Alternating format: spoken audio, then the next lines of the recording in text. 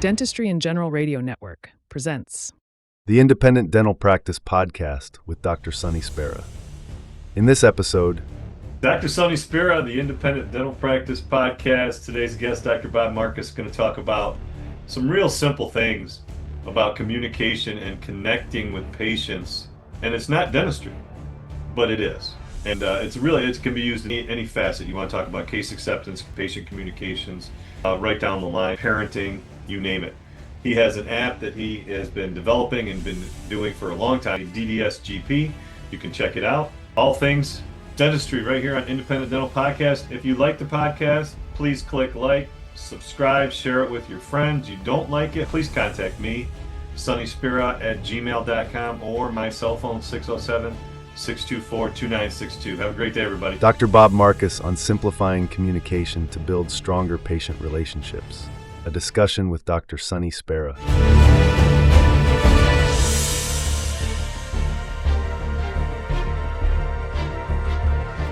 Welcome to the Independent Dental Practice Podcast. Dr. Sonny Spera. Today, my guest is a good old friend, Dr. Bob Marcus, and let me give you a little bit of his background. I've had a chance to talk to him a couple times. He comes highly recommended initially by Dr. Nicole Vane, one of our favorite people on planet Earth. Dr. Bob Marcus graduated from the University of Connecticut School of Dental Medicine in 1993. Did a GPR at the VAMC in La Jolla, California. He maintained a successful cosmetic and family practice in Poway, San Diego County, retiring from clinical dentistry in 2019. Since then, he has remained deeply involved in the dental profession through several avenues, coaching dental practices across the country, leading study clubs with a focus on CAD/CAM and materials, developing tools to enhance patient communication. His work as a dental office coach emphasizes the psychology behind patient interactions, especially during treatment planning and presentation, which has helped many practices streamline their systems, reduce stress, and increase their production. Also a clinical instructor for CAD/CAM dentists and lectured locally, nationally, and internationally on CEREC.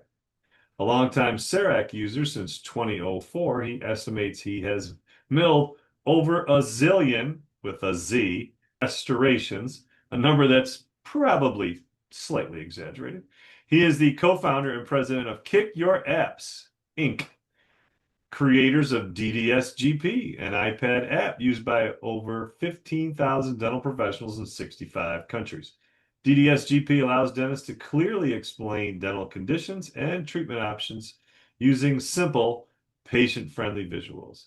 He currently lives in San Diego with his wife, Karen. They have 3 amazing children, Katie, Matt, and John, 2 grandsons, Luke and Mason, and he is a terrible golfer, often brought along just for comic relief. He does enjoy mountain biking, hiking, and soaking up San Diego's perfect weather. All right, Dr. Bob Marcus, how are you, man? I am good. Thank you so much for having me on your show. Welcome. I'm glad you're here. All right, so our topic, we're going to talk about case acceptance or patient communication, right? And quite simply, words matter. So let's dive right in. How would you like to start the conversation? Well, a lot of times I'll have a dentist or dental practice call up and say, hey, we need some sort of help, and we're not producing what we want to, we're not collecting what we want to, whatever their metric is for needing help. And I have found now all over the country, and especially here locally, that there's a very common thread that runs through all of these highly varied practices. And all of them these are all private practices or very tiny DSOs, no big stuff. And that thread is generally, it's two-pronged. One, they're not having a good understanding of what they need to do to solve their own problem. They want to, but simultaneously, we have apathy and the desire to return to what we were doing last week because that's our comfort zone. It's kind of the old saying, how many people do you think want to lose 10 pounds? Well, everybody. Well, most people. How many people know how to lose 10 pounds? Well, pretty known I need to eat less or exercise more or something like that. But how many people say, I really wish I could have, but I didn't? It's the implementation step. So the reason coaching I find works, at least my style, is because I'm there. I go into these offices. On average, it's 15 to 24 full days, like meeting until dinner, or officer, what they call huddle, until dinner time, all day, and just stand behind there. And I'd be the little person standing on the dentist's shoulder going, "No, we're not going to fall into, we're not going to go into our old habit here." And oftentimes, this kind of harder line forces them into change. But unfortunately, for those listening to this podcast, nobody is there with them in their dental office tomorrow morning. They're on their own. And a lot of times it's in one ear and out the other. And I have the secret sauce. I know how to improve the dental office, period. Well, I've done I it in mean, my own office. so going to behave, because you're talking a little bit about behavioral change, right?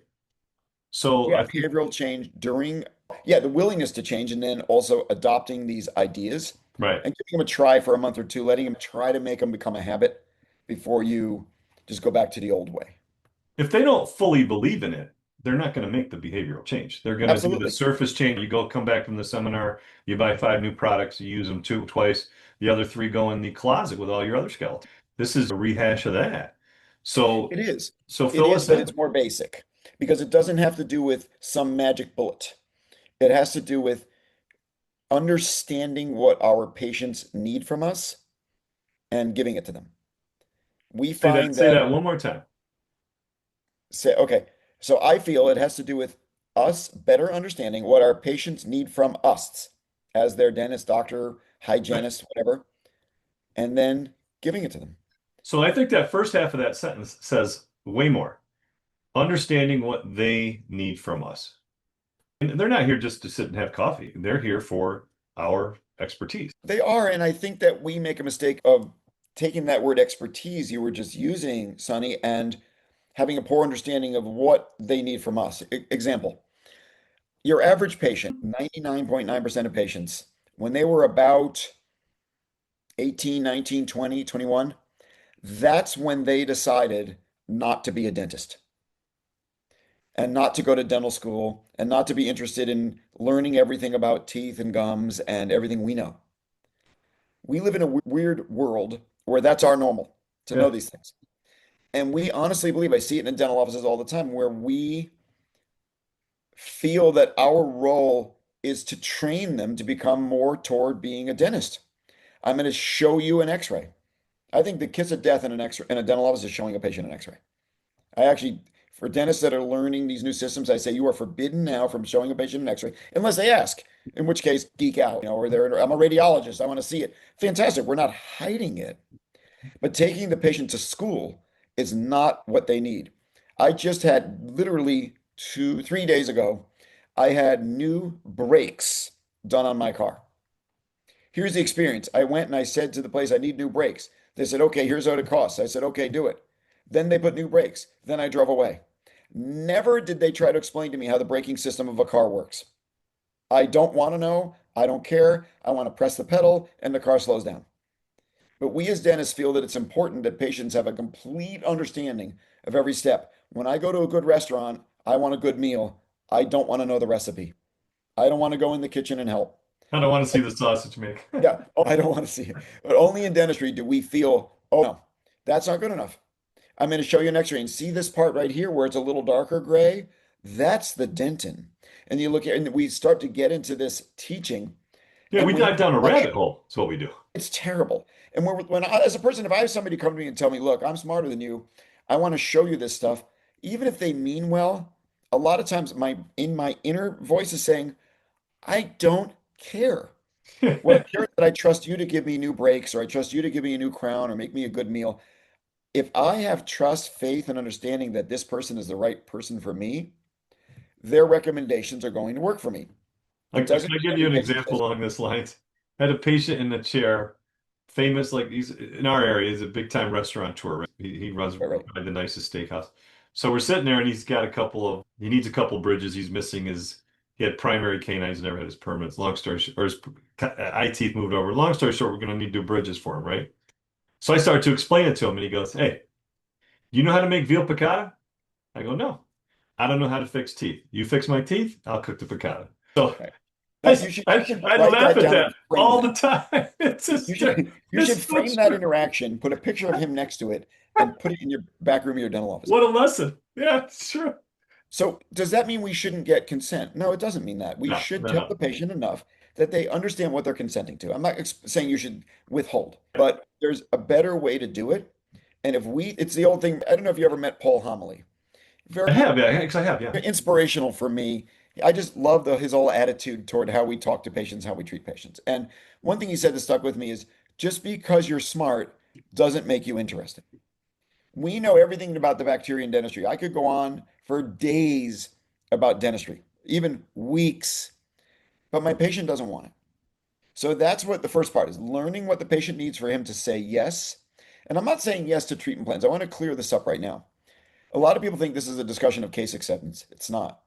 This is a discussion of relationship. Mhm. Because if I have a patient who has faith and trust that I'm there for him or her, I'm going to do the right thing. I'm going to explain it the right way. I'm going to make that person comfortable. I'm going to address what they need, give them what they need.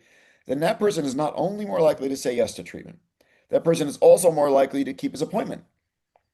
That person is not going to think of 12 things he'd rather do than see us because he's had a reasonably good experience. That person is also more likely to refer his friends. The worst these days, everything comes off the internet, but back when I started practice and when I got out into dentistry in the mid 90s, there was the only way we got new patients. We might advertise in the phone book, but the only way was really by this word of mouth, this golden rule. And so if I have a word of mouth patient come in, I am thrilled. If I have a patient who, when we take the metrics on the phone, hey, how'd you hear about us? Oh, I saw you on the internet, or I got you from my insurance list or whatever. I always know that's going to be harder for me. And I'm actually going to devote more time to that patient because that patient needs a longer warming up period Yeah, than a patient who is a patient who loved me's son, yeah, brother, coworker, who are ready, they like us. They have this, they walk in and they I already like you. They don't yeah. say that, but they think that because their buddy liked us. So to me, the relationship, the narratives of what we say, and let's qualify what we means. So I'm going to tell you a quick story. You know about this a little bit. So just last night, literally, not it wasn't last night, it was early this morning. My grandson Luke, who's 3, my wife and I were giving my daughter and her husband a date night. So they went out to a play, and my wife and I were going to watch the grandkids. And we do this once in a while as a little fun thing for them. So we're at my daughter's house because they're going to go to bed. It's a lot easier for us to go there. They go to bed, everything's fine. We're just hanging around. And then we hear on the monitor this cough. And we know right away, my wife's a nurse, neonatal nurse. We know right away that it's croup and it's getting worse. So we try all the tricks and it doesn't work. So we now have to go to the ER, which sucks. So we go to the ER. In that ER, there wasn't a single person, including the doctor, that for 1 second looked at my 3-year-old innocent little grandson and said, hey, buddy, you're going to be fine. We're going to take really good care of you. Nobody said that. What happened was they did a lot of processing. Give me all the numbers. We got a bracelet. They brought him in and we sat. By the way, I'm accelerating this story down to 2 minutes. In reality, it took from about 9:30 until about midnight just to anything to happen. And that's okay. We triage low. I get it. We sat in the room. The doctor walked in. Before he said a word, pulled out a stethoscope and listened to him. Didn't introduce himself. I have no idea to this moment what his name is. Listened to him for 1 minute. He goes, yep, he needs dexamethasone. I'll send the nurse in, and walked out. Then the nurse came in, gave him an oral medicine, said, here, drink this apple juice. He drank it. And they said, okay, you're all set to go. Not once did they look at my daughter, who is not a medical person. She's an audiologist, but she doesn't get into the lung stuff, right? They never looked at her and said, it's going to be okay. We got this. We're good. Nobody gave a crap about it. What they wanted to do was get him through so they could get to the next person. Now, I understand that's how ERs work, but our dental offices cannot be like that. I've been to so many dental offices where we're so concerned with getting a patient from station to station, never does the doctor establish that relationship. And that's what's going to be key to everything, including case acceptance, especially of bigger cases. That's the Hmm. key. So to me, I'm so passionate about what do we say? Where do we say it? I believe you should never, ever talk to a patient about treatment in an operatory. That's a scary place. There are things they don't get there. There are sounds. There are things that look sharp and look scary. Like I know the CEREC machine. I've had people walk in now, they're more common, but I have people walk in and they look at that and they go, oh my God, and they think it's like an ultrasound or some sort of scary thing that we're going to do to people, but it's not. And so they they're not ready to hear it. Their amygdala has hijacked the moment. They're a little bit in this fight or flight. I want to get them into the consult room and sit in a comfy chair and say, how'd you do today? I want to show that I care about the experience, not about the procedure. We're so concerned with having a list of procedures that we forget that the procedure is to make this patient healthy. That's the procedure. Breaking it down into a bunch of ADA codes has no interest for the patient. They don't care about that. We think they care about it because we bring it forth to them and say, here's what's covered, here's what's not. They shouldn't care about that either. What they should care about when you went for your veal piccata, they didn't say, here's the breakdown of what we use for the breading. Here's for the side. They didn't have it give you a list of all the ingredients and say, here's how much each one costs. What they said is on the menu, here's the cost of the veal piccata. In fact, if you asked them, please give me a breakdown of what each portion of my veal piccata costs, they would look at you like you were a nut. Nobody in the world would ever act like that. But at dental offices, this is what we tell patients. It doesn't You make know, any sense. to your point, I learned this very early on from the docs that I worked for as an associate. You have a tooth that's abscessed, needs root canal, post-core, and crown. He would present that. The tooth needs this. Here's your fee. He didn't break it out. And his reasoning was very simple. He says, if you say you need a root canal, that's $100. And then you're going to need a post, that's 50. And then you're going to need a crown. Because the person heard 100 and then they stopped listening. It costs this to restore your tooth. I mean, I was shocked. I thought everybody did that. And it's very similar to what you're talking about right now is this is what it is. This is the Some veal people, piccata, right? you This ever is hear the the meat. term full mouth rehab? This term gets thrown around like at study clubs a lot. And they go, we're going to do a full mouth rehab. I have a different definition I use for that term. A lot of people, when you think full mouth rehab, they think periodontal therapy, pre-restorative ortho, and then 13 or 18 crowns. Yeah. That is not my definition. My definition is whatever that person, that human being needs to be dentally healthy. We have people in our office, for example, that only a cleaning is all they need. That's it. I'm going to go ahead with this adult prophy and then we'll see you next time. That was their full mouth rehab. Some people need four sealants and occlusal. Some people need a crown. Some people need the RCT post and core. Some people need several implants. Some people need a lot. And presenting it as a list is a really bad way to go. It's actually Bad. one of the tools that we have in our upcoming in our app update coming out soon, which is what I call the treatment planning worksheet. Here's what we input: the case fee. If there's insurance, what is that discount? If it's an in-network insurance, what is the new case fee? Then does insurance pay a portion of it? And then it gives you the bottom line because those are the four numbers we need to know. What does this cost overall? What's this amazing discount I'm getting because I'm on a PPO? What is the PPO also going to pay out of their pocket? And what is my fee? That is what they need to know. Now, if patients say, look, I can't afford that, that's too much, I just can't do it. Then it comes time to say, all right, where is your budget? Hmm? And then we can break that down a bit. But to me, only presenting what you think they're going to say yes to is one of the three big treatment planning case presentation mistakes. Number one is treatment planning in such a way that it's just about the money. Number two is breaking things down. In other words, ignoring the things that we think they might say no to. We're afraid of no, so we don't ask.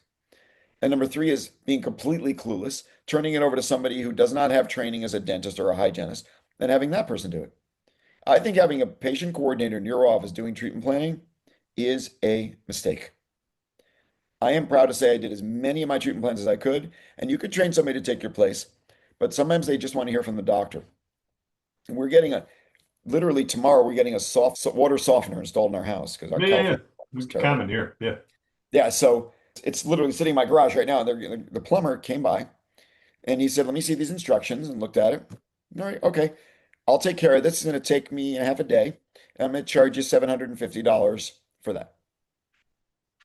I didn't say, let me look at this. And then I'm going to turn you over to somebody. I have this lady I brought with me in my truck. She's going to talk. There was none of that. I want to hear from the plumber. I want to hear from the guy doing my brakes. I want to hear from the guy cooking my veal piccata. I want to hear from the dentist. And I don't want to hear a bunch of dentish. Dentish is a different language. I want to hear English. Do you ever ask your patients what they need from us? I off the top of my head, not like that. I'm trying to think. There's a couple times you can ask. A couple times I've said something like, "What would you like to have done?" or "What would you like to see I happen?" like Like that. something like, but Go like, more, go one step wider. Here's a good example. yeah, go a If little you more walk into a like a group little of, farther away. Yeah. yeah, you walk in a group of 100 people. How many of those people do you think fear going to the dentist? A group of 100 people in a room, just random? Yeah, random people. How many people fear? At least over half. Over half, maybe. And which ones of the 100 are the ones who fear you? Which ones are the ones that fear Is me? it the little old lady? Is it the bodybuilder? The answer is who knows, right? I don't know Yeah. by looking at a room of strangers that they fear the Yeah. No, dentist. I have no idea. Yeah. And also, I've gotten the answer too. Hygienists get this too. What do you do? I'm a dentist. Ew, Yeah. that's gross. So a certain amount of people feel that what we do is disgusting. Yep. A certain amount of people fear going to us. They even fear getting, and they're not fearing like major procedures. They fear it all. Yeah. I've had people go, I barely made it here, or people cancel because they fear. So I like to ask before I do a treatment plan. I know what the treatment plan is. It's this and that. I like to say something like, and I lay it out there. I go, hey, Sonny, lots of people think that going to the dentist is scary. And also lots of people kind of gross, to be honest with you. Did you want me to give you every piece of information about what you need, or do you want me to just give you the theme? So what I'm doing is I'm giving them an out. I've had patients where they go, just give me the theme. I don't want to hear everything. They told me now because I asked. And I'll say something like, okay, let's start with this. Generally speaking, the mouth looks good, but the upper right needs some work. There are a few teeth in there that need some work. Do you want me to just take care of that for you? It'll take me a morning. Do you want me to just take care of that for you, or do you want me to go into further detail about each of those items? A lot of people are like, no, hey, doc, I trust you. Just make it right for me. But to me, telling somebody already fears us, every blow by blow of what we're going to do, you're back to That's feeling not going to help. No. they don't want to know. It's not going to help them say yes. What they need is a pat on the back and go, you know what? I got you. I know you don't like coming. I know you think it's gross. I get it. I'm going to take such good care of you. I'm going to try to change your mind. How about that? Like if we say these confident phrases as opposed to, I'm really good at crowns. Let me show you some x-rays of ones I've done. That's exactly the opposite of what they need. What they need is you to say, I know you're fearful. I totally get it. I'm here for you. It's going to be you and me. I'm gonna have my assistant. There she is right there. The three of us are going to work together and then we're going to laugh about this someday. Right now, this sucks, but we're going to fix it. Showing that person an intraoral photo of their disgusting tooth is not going to help them say yes. I only believe in intraoral photo. That's my step up, by the way. You have some stuff going on. Do you want me to go into more detail? Yes, I need a little bit more than just stuff. Okay, cool. I'll bring up the most gross intraoral photo of their problem and I'll full screen. There you go. What do you see there? And they'll be like, holy moly. Yeah, don't worry. You see that? I'm going to fix that. Now, what most doctors, they go, see that right there? You see that little dark area? No, they don't want to know how to diagnose dentistry. They asked for detail, there it is. So I'm going to help you. So I just believe the narrative is the difference. If you stink at clinical dentistry, then this is not the right conversation for you. Go take a course. The assumption is you're good at clinical dentistry, and now you need to get better at these narratives with our patients. Have you ever had a new patient come into your office and the first time you met him was after they met everybody else? Right? They come in, they meet the front desk, they Yeah. meet Yeah. the hygienist, then they finally, doctor will come in and you come in and they don't know who you are. You're a random person to them, except they might have seen you on the internet. I completely disagree with that sequence. You got to get out of that box. If there's a new patient, we all need to know at morning meeting, it's announced at 9 o'clock, we have a new patient coming in. He is Molly's husband. He hasn't been to the dentist in 15 years because he's really worried about it. But she made him come in because she was happy with her work. I now know this guy, but he doesn't know me. When he comes in the front door, take your butt to that door and say, Molly told me you were coming this morning. I'm so glad to meet you. I'm going to let my team do a bunch of onboarding stuff so we can keep you perfectly comfortable. I'm going to see you a little bit later. Sound okay? And then you know what that patient's going to say? What's their answer going to be? Of course. Yes. Yeah. That's my first yes. Because the sales cycle till we make that sale of dentistry, and I'm okay with saying sale because I'm not selling something unethical, I'm selling something honest. The sales cycle consists of numerous yeses. The yes triggered in my brain. I'm saying yes to this person because I like what I'm hearing so far. It's why the whole permission conversation that Dr. Vane you mentioned, she loves this one. I was taught this by Dr. James Klim, one of my favorite dentists of all time, who said, ask people permission before you tell them something bad. It's a good tool. You can use it in your life too. Say something like, let you know there's something wrong with them. You just diagnosed it. They're what I call clueless. They came in thinking they were having a cleaning and walking away. Now you know they need a $1,500 crown. You now know that. When you're about to tell them about that, ask permission. Sonny, look, you're my buddy. I'm so glad you're my patient here. Unfortunately, right now, it's not going to be all butterflies and rainbows. I have to tell you something that you may not want to hear. May I have your permission to do that? Literally use those words. Because I've had people say, no, I got to get out of here and pick up my kids. They're not ready to talk. Or they might say, gee, doc, what's wrong? Because by the way you say that with weight and gravity, they're saying, yeah, yes, please, of course. Well, this one tooth could need some work. I'm going to need to get you in for a couple hours to set that tooth straight. Are you okay with hearing that? Right? And they're like, yeah, I'm okay with that. Tell me more. Oh, the top part of that tooth is cracking apart. The good news is the tooth is like an iceberg. We only see a small portion of the tooth. The bottom part I can see on your x-rays looks just fine. That top part is breaking apart. I'm going to go ahead and clean off all the broken areas and put a new top part on. It's going to look and feel like it did before it started breaking. We call that a crown. It's going to look just like a natural tooth. You'll be able to use it right when you leave the office. I'm going to need to see you for a couple hours. It's going to be you and me, the two of us shoulder to shoulder against this problem. Sound like something we can take care of together? Isn't that way better than saying, you need a porcelain crown, here's an x-ray, and here's what it costs? I want the patient to be cost independent. I want them when they hear the costs, and if there's some people go, oh crap, I can't afford that. Fair enough, let's talk about it. Let's finance it or whatever. But I want them to want to do it unless they literally can't. So that approach, that touch, that light touch, gentle touch approach, if every doctor said that every time to every patient, I care about you, therefore I'm telling you this, I'm sorry to be the person to break the bad news. Have you ever had somebody, I remember when my mother got real sick and the doctor came in, he was wonderful. I was only in my 30s. And he said, I'm really sorry to break the bad news, but we're gonna have to talk about putting your mom in hospice care. And just the way he said it, I wanted to hug the guy, even though he just told me my mom's gonna pass away. Because he was just so great at being so gentle and making us feel good. Now, nobody dies well, very few people die in the dental chair. But we still need to act like that. This is tough. I'm real sorry you have to tell you this. I don't want to, I wish I didn't have to. I wish I could tell you everything was perfect, but it's not. But see, It you're gives us taking hope. the journey with them, right? That you're basically telling them we have a partner here. You have a friend in me. You have a partner. Integral Not story. I'm not pushing. I'm not pulling. But it's also not really. It's not sympathy. Oh, I'm so sorry that this It's happened. more empathy than sympathy. Yeah. Empathy. There's a big difference, and I think that comes across very clear. It's us versus the crack. It's us versus the bacteria or the Right. germs. Patients don't like to be at fault. When I say, well, you should have flossed, that is not helping the situation. When I say, look, there's too many germs in the mouth, I'm going to help you get rid of them.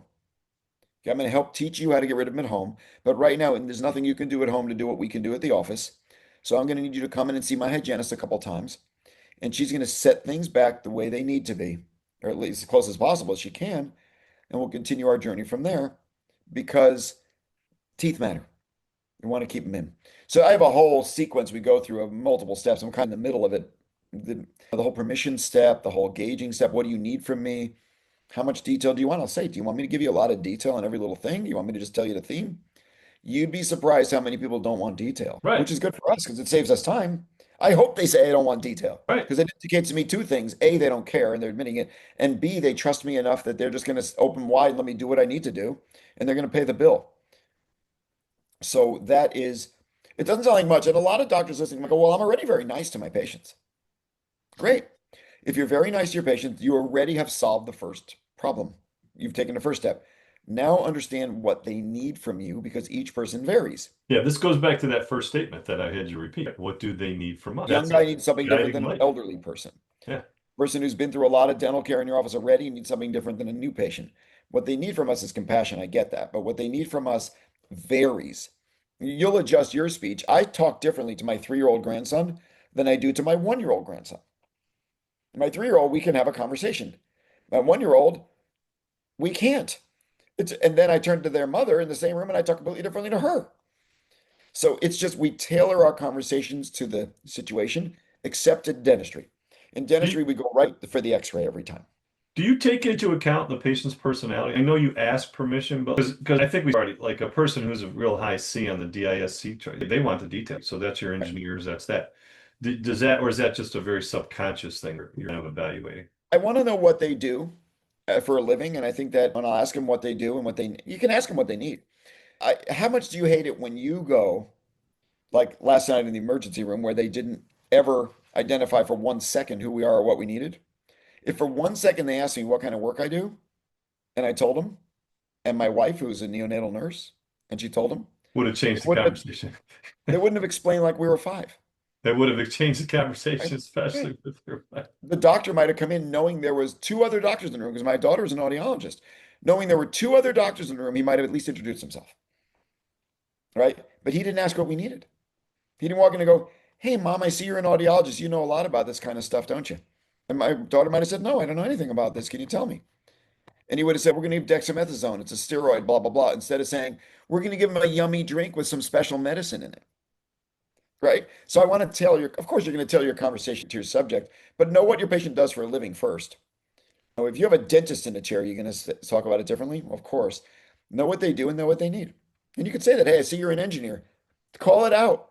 Most of my engineers want to nerd out on every last detail of their treatment. Do you want to, or are you more one of those engineers that that just trusts me to take care of it for you? We have Hewlett Packard literally 2 miles from my house. I don't know how many people work there, but a lot. And a lot of these engineers don't speak English as their first language. And so they'll come in and my explanation is in 1 year, they don't get it. They get engineering. So I'll say, "Hey, I know you're an engineer and you're super bright. I'm an engineer of teeth. I have no idea how this thing works on the inside. I have zero idea what goes on inside this thing, and I don't want to know." By the same token, and I'll tell them this, say, "I know you know what goes on inside here. I don't know and I don't care. Same thing with inside here. I know everything about this, and I'm going to take real good care of you. I can give you all the information if you want, but I'd just be wasting your time." Like it depends who you're talking to. Of course, you're going to act differently. Right. But these narrations in the dental office, Sonny, it's not that people aren't good at them. It's they don't exist at all. Our treatment planning consists of sit the patient up from an exam and we go, "Yeah, that tooth over there, it's got a crack and it's going to need a crown. I'm going to have Mary go over that with you." And then we leave. And then Mary said, "Oh, you have insurance, so it's 1,500, so you have to pay 400. That's not anything about a crown. That has nothing to do with that patient. That's objective, not subjective. So the dentist wondering, what would I change? What are my action items? The first thing you do is I want you to watch what happens when a treatment plan is done. Record yourself, literally record yourself. Have somebody stand there with a phone or put it down where nobody can see it and So audio record the doctor video. for the treatment plan. Okay. Record yourself. When you do that, just a little more detail in that. Because do you want it just of the doctor, or do you want the doctor with the patient in the back? Like, do you want the So patient? it's not, we're not gonna, it's like people go, "Wasn't that a HIPAA violation?" No, I'm not gonna put it on the internet. Yeah. I'm using it as a learning tool. So if you record yourself with a patient, with an interaction with a patient, actual interaction, listen to it. And then also understand what's going to happen after I leave that room. Now what? Well, they're going to go in the other room and they're going to get explained to by somebody. Record that. And then listen back to it later. And ask yourself, if I were a patient, I'm a little bit fearful, maybe. I'm a little grossed out, maybe.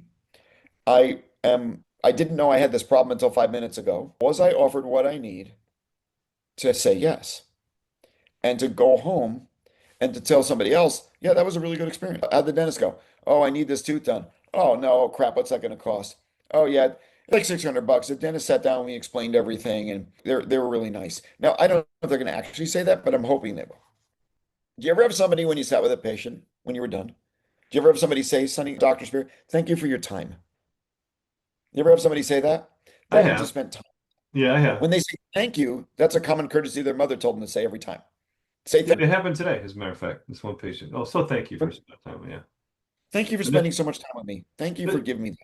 This is a woman has been battling cancer, lost her hair.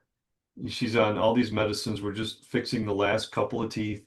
And "I'm so happy to spend time with you. I so enjoy seeing you." Or she said something like that. I was like, "Can I take your picture for a second? Because I want to share that with people, that what you bring to the table is beyond belief. Like, just one of those moments where, wow, I wish I saw you 8 times a day, every day." Yeah, I love those moments. And part of it is what they're like. This woman with cancer, she's learned to appreciate the small things. Some Absolutely. people, their life is a series of complaining. But I still think that we can do what we need to do to foster that relationship. With everybody? Absolutely not. I always go with the 80-20 rule. If we can get 80% of our Right. patients improving. 20% are just going to be jerks and they don't want to hear it. So fair enough. But if I can get 80% of my patients and improve my narratives with 80% of my patients and not make treatment about money. Now, does that mean we withhold money information? Of course not. And of course, patients need to understand the costs, but I don't want it to be their primary concern in the Right. dental office. I want this shoulder to shoulder. Let me show you. If you are a hygienist listening or a dentist and you have a hygienist, and the hygienist says something like, hey, I just did my probing and you had some fives there. There's a bunch of bacteria down in there. I need to do scaling and root planing where I'm going to numb the area and I'm going to clean it out for you. I guarantee that that patient is picturing something completely different in their mind than what you are trying to put in their mind. They have no idea what you're talking about. They don't. It seems so simple to us because we do it every day. We're too close to the ball. They have no idea what's going to happen at that next visit. I agree. I So agree. that's why I believe in showing them, not telling them. I think it's a famous song. It might be by Rush. Show me, don't tell me. Show me what's wrong with me so that I understand it. Show me outside of this scary operatory because I don't like these sounds in here. I don't like those instruments over there. I don't want that other patient to hear about what's wrong with me. Get me to a consult room. If you don't have a consult room in your office, doctor, build one. Give up your private office. Figure it out. Put up a wall. You need a consult room and make it comfortable. No dental brochures, no big pictures of smiles on the wall, just pictures of birds. No big 65-inch TV on the wall to show them how much money you're willing to spend on a TV. None of that. Just a nice table where you could sit shoulder to shoulder and show people stuff on the iPad. Here's what's wrong with you. Here's what you need. Here's what I found. Do you want me to? I'm happy to fix this for you. I'm gonna need to commit a morning of your time, and we're gonna be past this together, you and me. If we do this, and oh, by the way, get the at-bats, doctor. Get your at-bats on the easy ones. Let's say a patient needs, let's say you have a 8-year-old patient who needs 4 sealants. That's the entire treatment plan. That's a great one for the doctor to do, him or herself. Why? Because it's quick, it's easy, it's non-invasive. I wouldn't tell the patient it's easy. For them, it's hard, actually. Believe it or not, sealants are hard for patients in their mind. Sure it is, especially an 8-year-old So who salivates like a German Shepherd. I just don't like weaning, I don't like doing anything. I make my hygienist give me nitrous. So maybe my fear of the dentist has helped me be a good dentist, but sit down with the mom or dad and show them. Spend a couple minutes. Here's the reason. Because that sealants conversation is pretty quick. It's not a lot to understand. It's not a big expense. It's not like you're doing a big treatment plan. It gives you an at bat. It helps you learn how to be better at this narratives. If you are the doctor, so I only do the big treatment plans. If it's over X thousand, then you have no practice. Go in and do all of them. Do doctor, Yeah. Get some do every low-hanging treatment fruit, plan they for call it, right? Yeah. the low-hanging fruit. Learn from your mistakes. And then that lady, that patient says no. Ask yourself, what could I have done differently? Or was it completely a no and is there an improvement to be had? Be self-aware. Record the conversation. So to me, I like doctors that go into treatment plans. And yes, we had like a console with a sliding glass door. It was like a big barn door, but it was glass. So my And buddy does. Prosthodontist has that. Yeah. yeah, and my assistants would stand outside the door like this. Hurry up. What are you doing in there? And you know what? Fair enough. But I know that our office was doing probably double the production of anybody in town. And you know what? We weren't that crazy. By the way, the worst day you could possibly have, if you're in a dental assistant, the worst day is a day with like 10 or 15 patients on that schedule. 10 rooms to build up and break down. And it sucks for you too. You're running around, you're not done with this one, you got to start that one. Oh, this guy canceled, this guy was late, that lady went to the bathroom 3 times. That day of broken apart appointments, filling holes, that's terrible. If we start to bundle our treatment together, my ideal day, I want to do one patient in the morning plus exams, and I want to do maybe 1 or 2 in the afternoon. Now, there's going to be times where somebody just needs an occlusal. And it's a half an hour appointment. You got to jam it in somewhere. I get that. You're going to have some days that don't work to that paradigm. But if we start presenting treatment larger, if I ever have a doctor goes, okay, on the first visit, we'll do these 3 fillings in the upper right. And then the second visit, we'll do these 3 fillings in the lower. I'm like, why'd you break that apart? Oh, for their convenience. Like, for their convenience. Now they have to come twice. They have to drive there twice. They have to be nervous twice. They have to lose sleep, get a babysitter, take off work twice. You think As you've well helped as them? not as efficient for yourself to deliver your room set up, your Absolutely. thing. Yeah. Famous Gordon Christensen study, and it was done pre-COVID, so pre all of the inflationary Yeah. pressures, found that your average room setup and cleanup, forget about the procedure, nothing. Set up and break down the room, that costs about $35. Yeah, 35 bucks. Yeah, I was gonna say. That's what he That's what he said. found. So it's the time, which is the biggest nut, the disposables, the sprays, all that stuff adds up. If you have one patient that comes twice when he could have come once, you just tore up 35 bucks. And if you do that every day, that's crazy. Think about that. 35 bucks a day, 200 work days a year. You threw away a lot of money by just saying it wrong. You need some filling work. It's all concentrated on the left-hand side. I'll get you, would you prefer a morning or an afternoon? Well, how long it's all going to take? It's going to be a morning or afternoon. It varies. I never commit it's going to be 2 hours because I'm either A, really fast and then they think I didn't get my money's worth, or really slow and they think oh, I'm late out of here. It's a morning or an afternoon. I'll have you come in at noon, or what's lunch is at noon. So I'll have you come in at 1 or 7. Your choice. What do you prefer?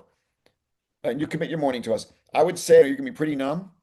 If you can get the whole day off work, just come in the morning and relax in the afternoon. If you can't, go to work in the morning and come in the afternoon. To me, if you're the doctor and you're saying that lands so much better than even the most talented office manager or treatment plan coordinator. I'm going to help you, not he's going to help you. Yeah. So I believe in this treatment plan myself thing. And doctors, if you're, well, I'm too busy to do that, look at your schedule. We may have just defined why you're too busy. Does that make sense? I know we're all over the place in the conversation, but it all boils down to how do we say it? When do we say it? Where do we say it? Stuff our mothers taught us when we were little. Do you ever have a patient who was angry about something in the office? Yeah. And some people, it doesn't always happen. Sometimes this angry patient turns out to be your biggest ally after you guys get past it together. Yeah. That's the whole pacing and leading. If I have a patient that comes in and says, and I've taught my staff on the phone too. Let's say a patient goes, I am so angry about this bill I got. Okay. Most people will turn into this guy's an ass. So Mhm. I don't want to help him. I'm going to go, hey, you got to calm down. Please don't yell. You got to relax. That's not what he needs. You know what the answer to that one is? If I'm the dental staff member or myself, I'm so angry about that bill I got. You know what? I'm angry too. I'm angry you got that bill. I'm angry you're angry. Let's both see how we can become less angry and fix this. It's very disarming. Yeah, I've never heard that before. Leading and pacing. Pacing means taking their tone. Leading means pulling it to where you want it to be. If I'm so nervous, go, hey, I totally get it. You know what? Lots of patients are nervous, but together we're going to help you get past that, right? It's That's common. taking their That's common. exact That's a common occurrence. Yeah. and move it. So if somebody's pissed, be pissed. I'm pissed, you're pissed.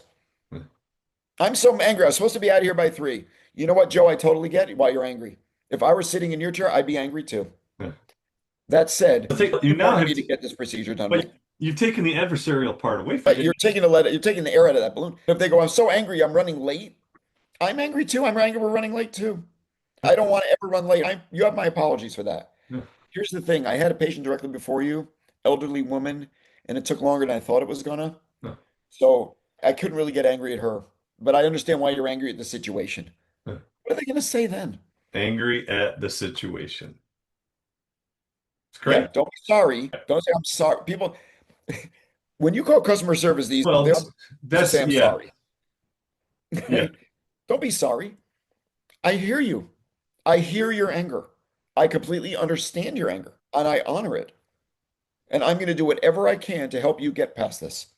Yeah, As there's opposed to saying, I'm sorry you feel that way. So I just believe that everything we've talked about has nothing to do with dentistry. It has to do with patient relationships. yeah, That's it why I has developed the app. So I developed the app way back in 2010 to foster the side-by-side relationship because I don't believe in showing people something on a TV. Here's the thing too. It started before COVID, but COVID changed the world and not in a good way. right. A lot of your patients now, their trip to the dental office is the first trip out of the house all week. I know my son-in-law and several other people who literally work from home. They don't leave. So he's always at home and always at work. So when he ventures out to the dental office. Right. This very well could be the only other human being he's going to interact with, except through a screen, the Right. only other human being he's going to interact with all day. It's quite Mhm. possible. And I think people are lonely. And what they want is a little bit of us. They drove all the way to the office. They trusted us. They probably drove past other dentists. So what are we going to give them? We're going to say you need an MO on 19? Or we're going to say, I'm so glad you came today. Tell me about what you have on your plate today. Oh, I'm working from home all day. Oh, cool. It's nice to get you out of there, huh? And just have a conversation that's good for them. Hey, I do have one thing, and I wanted to ask you. I'd rather just give you good news. I have one thing that's not doing well. Do you want to talk about that now? Yeah, tell me. You know, that one tooth's not doing well. It needs a filling. I took a look at the x-rays. I took a look inside, and I determined that it needs a filling. So let's get together one of these days and we'll fix it. You and me. Get you out of the house again. It's just a way different conversation. I just want to tailor it to them. Right. They came all the way to our office and all we gave them was what they could be had at any, we give them a commodity. Most of the dentists I've met are pretty good dentists. Then they could go to whoever's closest, cheapest, could do it fastest. Why not? They came to you. What are you going to do now to make today special? I know you're a busy guy. I know there are other dentists. I appreciate you coming in. What do they say on the airplane? We know you have a choice of airlines and we appreciate you traveling on American. Yeah. And if they're really fearful, here's another good line for you. I'll give you one. Let's say they're shaking in their shoes about what you told them. Here's what I'll say. Sonny, I got you. I'm going to make you a bet, a literal bet. I'm going to shake hands. Here's the bet. If your procedure is as hard or harder than what you're picturing in your mind, you don't have to pay. But if it's easier than what you're picturing in your mind, you have to go tell at least one person how fantastic your dentist is on the honor code, right? Because they're shaking. You're about to give them Novic. Oh my God, I'm getting a shot today. And then just give your gentlest shot of all time. Maybe throw an extra carpule in there and don't hurt the patient. Make it easy. Check on them 50 times. People are willing to give you a little bit of leeway. Dentistry hurts. If you could tell them, this thing we're going to do right now, you're going to feel a lot of pressure. A lot. Let me show you. I'll give you a tiny bit. How'd you do? Oh, you didn't feel it? Oh, this is going so well. Oh, I'm going to win the bet today. Like that kind of narrative, it lightens the room as Mhm. opposed to saying, oh, doctor, I've done this thousands of times and I know how to do it really well. Instead of saying, I'm going to work as best I can to make this as easy as I can for you. I know this is a scary procedure. I'm going to stay with me if you want. I'm going to hold your hand. Is there anything I can do? Just it's like this, just this little moment of fake caring would have gone a long way. I'm going to ask you one simple last question, right? So you're talking to a doc who's in their first couple of years of practice. They're having a hard time with those challenging patients and with the communication. What would be some words of wisdom that you would share with them? So, great question. And I think the first thing we want to do is, doctor, you're a doctor. And that has meaning. A lot of the meaning of that has gone away. Take a moment to be a doctor to your patient. And I'm not talking about the procedure. Right. Take a moment to understand the mentality of your patient. Give them what they need. So remember the Maya Angelou quote. People will not remember what you said. People will forget what you did, but they'll remember how you made them feel. Yeah, they'll never forget how you made them feel. Yeah, something like that. So Yeah. in your dental office, don't just pay lip service to that. Try to live that. My little tiny dental office in Poway, California, in a little small town, the broker told me, I've never seen the combination of production and low overhead that you're doing. I don't know how you did it. And I told him, I know how I did it. I treated every person like I really gave a crap about them, even if I didn't. And they all thought I cared. And most of the time I did. And they sent their friends to the point, and they said yes to the big treatments to the point where we were doing two, three, four, $50,000 cases a month.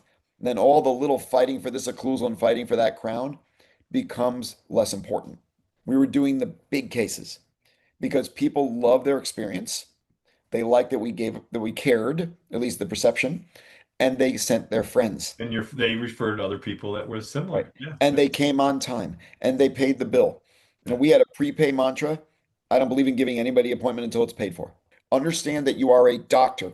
Act like one. A doctor is not a technician.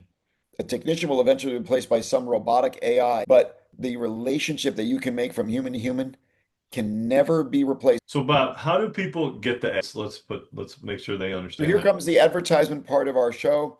I make an app, I founded it, I designed it, I make it, I own the company, and I'm in charge of the content. And the reason I say that is to say to you as a dentist, it's not created by a big company. It's Yeah. not like an EagleSoft where we're not a bunch of dentists, we're a bunch of software writers.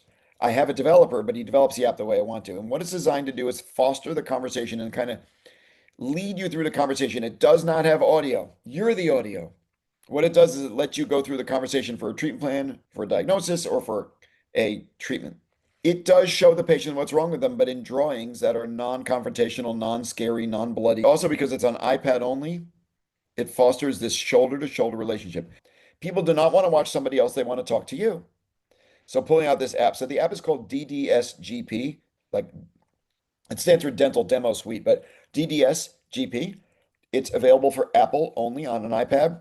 Doctor, if you say, I hate Apple, I don't care. It's a business tool. Go buy an iPad. In the app are these little modules. There's great instructions. You can watch the instructions and read the instructions now. That's on my website, ddsgp.com. If you want to read about it, find out about it. The app does have a free trial. So we'll have a free trial. We have a brand new version coming out. It's really gorgeous. We're on beta 34. In fact, I literally, while we're sitting here, I just saw that beta 34, build 34 got released. It should be coming out in a couple of weeks. It's going to a subscription model with an annual subscription. Currently, it's a lifetime model. So if people are listening to this before the new model came out and you want to buy it, you'll have it forever.